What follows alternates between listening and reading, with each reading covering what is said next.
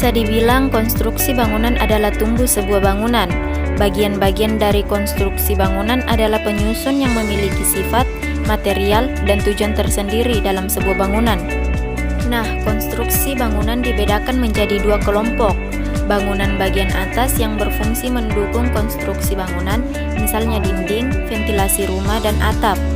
Nah, sedangkan bagian bawah bangunan bertugas menopang konstruksi bangunan, contohnya pondasi rumah. Selanjutnya, bagian konstruksi bangunan. Yang pertama yakni pondasi.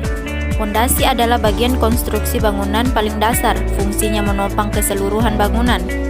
Jenis pondasi sendiri ada banyak, mulai dari pondasi cakar ayam, sumuran, hingga tiang pancang. Namun, kamu perlu memperhatikan dan memilih jenis pondasi yang tepat untuk bangunanmu. Ingat, memiliki pondasi yang kokoh merupakan hal yang paling penting.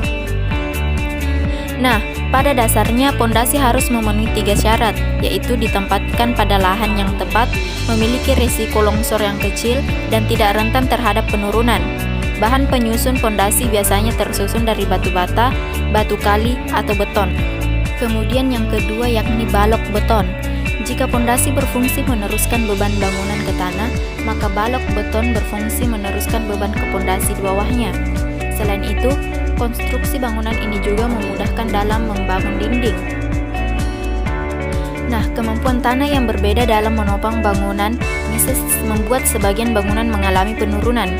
Itulah mengapa konstruksi bangunan berupa campuran baja dan beton ini amat diperlukan. Gunanya menahan agar bangunan tetap sejajar. Kemudian yang ketiga yakni konstruksi bangunan pada dinding juga penting.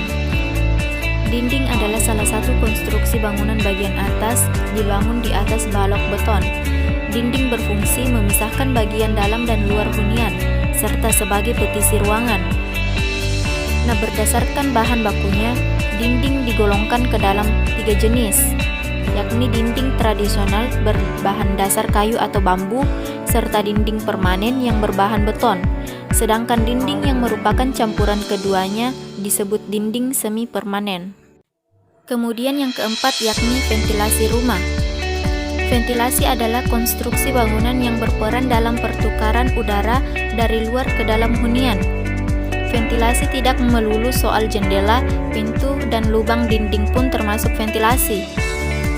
Nah, letak dan ukuran konstruksi bangunan saat ini berpengaruh besar pada kenyamanan, kesehatan, dan keamanan hunian.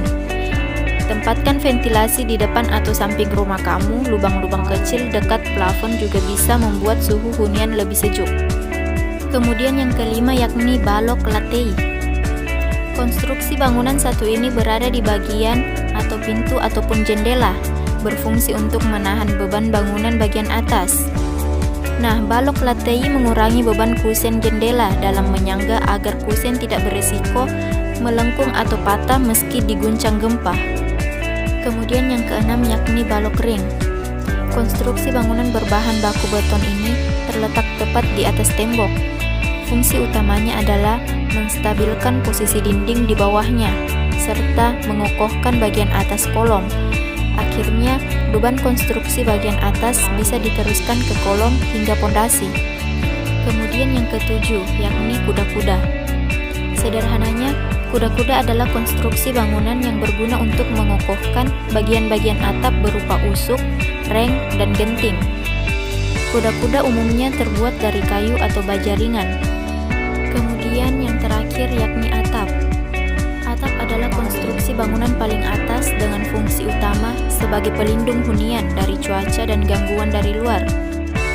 Atap menjamin keamanan dan keleluasaan penghuni rumah.